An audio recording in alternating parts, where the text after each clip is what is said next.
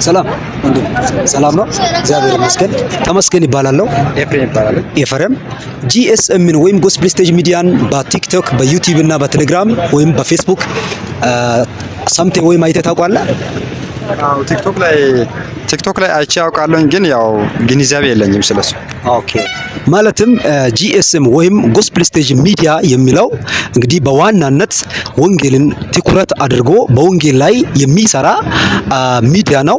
እንግዲህ ወንጌልን ከመስራት በመስራት ጎን ለጎን ደግሞ እንዲሁም በጎ አድራጎት ስራም ላይም ይሳተፋል ወይም ይህንንም አገልግሎት ያስተባብራል። ይህንንም አገልግሎት ከፊታችን ባለው በታኅሳስ ባህል የሚከበረውን የገናን ባህልን ምክንያት በማድረግ አንዳንድ አቅመ ደካሞችን የመርዳትን ፕሮግራም ይዞ ከዚህ በፊት በነበረው ጊዜ ሰዎችንም ሲያስተባብርና ዝግጅት ሲያደርግ ቆይቷል። ይህንን አገልግሎት ደግሞ ዛሬ ቅዳሜ ዕለት ይፈጽማልና እንግዲህ ከዚህ ከበጎ አድራጎት አገልግሎት አንጻር ምን ትላለህ? ምን አይነት አስተያየትስ ይኖርሃል? ኦኬ፣ አሁን በነገርከኝ አሁን ስለ ሚዲያው ግንዛቤ አሁን ገብቶኛል እና በእርግጥ ከዚያ በፊት ኤክስፕሎር አድርጌ እንደሚያልፈው አይደለም፣ አሁን ገብቶኛል።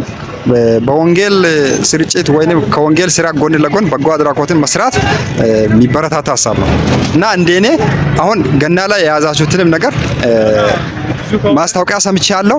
ይህንም ከዚህ በተሻለ ሁኔታ ወደፊት ለመስራት ዝግጅት ብታደርጉ እና እንደገናም ደግሞ ሌሎች የወንጌል ልብ ያላቸው የተራቡትን፣ የተራቁትን እንደገና ደግሞ የተቸገሩትን ለማገዝ የሚፈልጉ ቅን ልብ ያላቸው ሰዎች አሉ። እነዚያንም አማክራችሁ አንድ ላይ አሳትፋችሁ ይህንን ቢታደርጉ እና እኛን የሚጠብቁ እኛ እንድንረዳ እግዚአብሔር ከረዳን እግዚአብሔር ከሰጠን እንድንሰጥ የሚጠብቁ የተራቡት የተቸገሩት አሉ። እነዚያን ለመርዳት ይህንን ነገር ቢታጠናክሩ የሚል ነው እና ይህንን ሀሳብ እደግፋለሁ። ስለዚህ ይሄም ገና በዓል ላይ ብቻም ሳይሆን ወደፊት ሌላ ጊዜም በቃ ሰዓት ጠብቁ፣ ጊዜ ሳትጠብቁ የተቸገሩትን ለመርዳት ብትዘጋጁ የሚበረታታ ሀሳብ ነው። አበረታታለሁ። ቴንክ ዩ። አመሰግናለሁኝ ስለሰጠሃኝ መልካምና ቅን ሀሳብ። እግዚአብሔር ይባርክ። ተባረክ። በድጋሚ እንገናኛለን። ሻሎም። ቴንክ ዩ።